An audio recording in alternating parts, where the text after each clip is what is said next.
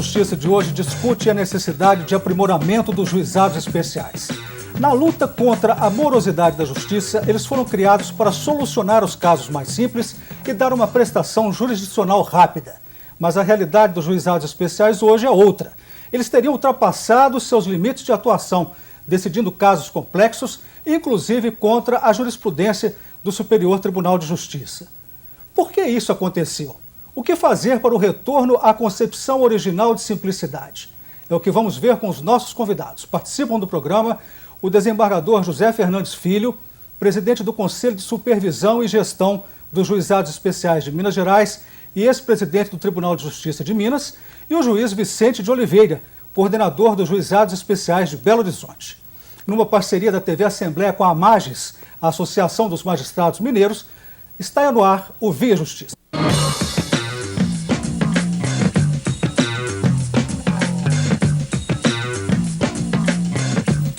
Os juizados especiais tentam primeiro a conciliação. Se não der certo, a causa vai para a decisão do juiz. Quem perde só tem um recurso, para a chamada turma recursal, formada por juízes de primeiro grau. E aí praticamente acaba. Somente em casos de violação da Constituição Federal é que poderia haver um recurso extraordinário, mas este é de difícil conhecimento. As turmas recursais seriam então a última instância de decisão, mas elas estariam indo contra a jurisprudência pacificada no Superior Tribunal de Justiça. Ações no STJ reclamam que decisões finais de turmas recursais no país não seguem precedentes do STJ. E isso está sendo motivo de preocupação. Desembargador José Fernandes Filho, o que está acontecendo com os juizados especiais? Por que esse desvirtuamento? Eu acho que não há propriamente um desvirtuamento. O que realmente existe é que são milhares os juízes de juizados especiais no Brasil, do Amazonas até o Rio Grande do Sul, e pode haver entre eles pontos de vista diferentes. E pode acontecer, isso não é frequente, é bom que se registre isso, pode acontecer que um juiz, ignorando a jurisprudência do Superior Tribunal de Justiça a respeito de determinada matéria, decida contra essa jurisprudência. Isso é perfeitamente possível, porque são milhares de juízes a decidir sobre os mais variados assuntos e pode ocorrer que haja essa divergência, essa dissidência entre a decisão do juiz do juizado e a decisão do Superior Tribunal de Justiça, que é, como nós sabemos, o guardião da legalidade. Doutor Vicente, o que deve ser feito para que os juizados especiais voltem à ideia original de simplicidade? Bem, na verdade, os juizados especiais foram criados para demandas de valor até 40 salários mínimos. E o que se observa é que o grande sucesso dos juizados especiais tem levado o legislador a cada dia a tentar ampliar a competência dos juizados especiais. Na sua concepção original, sobretudo naquelas causas das pessoas de menos poder econômico, que seria até 20 salários mínimos, não haveria uma justificativa até para que um processo chegasse ao Superior Tribunal de Justiça. A tendência seria que esse processo terminasse sim nas turmas recursais, para o objetivo principal da lei, que é a celeridade. E há um aspecto importante, além desses que foram colocados pelo desembargador José Fernandes, é que nos juizados especiais, o juiz é autorizado, ele pode julgar por equidade. E é difícil haver uma uniformização de jurisprudência quando a própria lei ela dá a liberdade ao magistrado de julgar por equidade. Mas antes, desembargador, o STJ não tinha recurso para o STJ, terminava na turma recursal. Né? Só, como eu disse ali inicialmente, um recurso extraordinário se houvesse ofensa à Constituição. O fato de agora o STJ estar aceitando a reclamação, isso é bom? Não, antigamente já havia possibilidade de recurso para o STJ quando se tratasse de tema de legalidade. Ultimamente, com os atos legislativos que pretenderam resolver a grande demanda que existe no Supremo e no Superior Tribunal de Justiça, eles limitaram um pouco a possibilidade recursal. Em consequência, o Superior Tribunal de Justiça e no exercício de sua competência constitucional, pode e é realmente a instância julgadoras de reclamações ou recurso das turmas recursais para, não o recurso especial, mas o recurso que se chama hoje de uniformização da jurisprudência. Há um grande risco nessa matéria. Os ministros do Superior Tribunal de Justiça são muito preparados, muito abertos ao diálogo, sabem que a jurisdição especial é uma revolução que está se fazendo no Brasil, mas há uma grande dificuldade.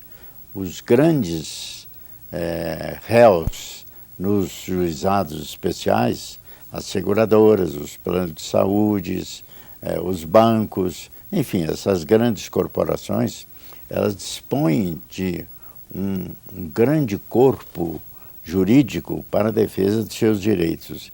Então será muito fácil para uma dessas instituições, alegando que a decisão do juiz de Minas, ou de Santarém, ou do Chuí, no Rio Grande do Sul, diverge da jurisprudência adotada pelo Supremo Tribunal, deslocar a competência para o Superior Tribunal de Justiça, que é o órgão encarregado de uniformizar a jurisprudência em matéria de legalidade. Qual é o risco? O grande risco é de realmente paralisar a demanda dos carentes na base dos juizados especiais, até que o Superior Tribunal de Justiça, que é tão sobrecarregado, decida uniformizar a jurisprudência. Agora, é preciso se lembrar que a uniformização da jurisprudência é saudável. Nós precisamos descobrir um mecanismo dela não paralisar os juizados especiais até que o Superior Tribunal de Justiça a resolva. Os operadores do direito e os juizados especiais. O Via Justiça ouviu um advogado e uma defensora pública que atuam no juizado de Belo Horizonte.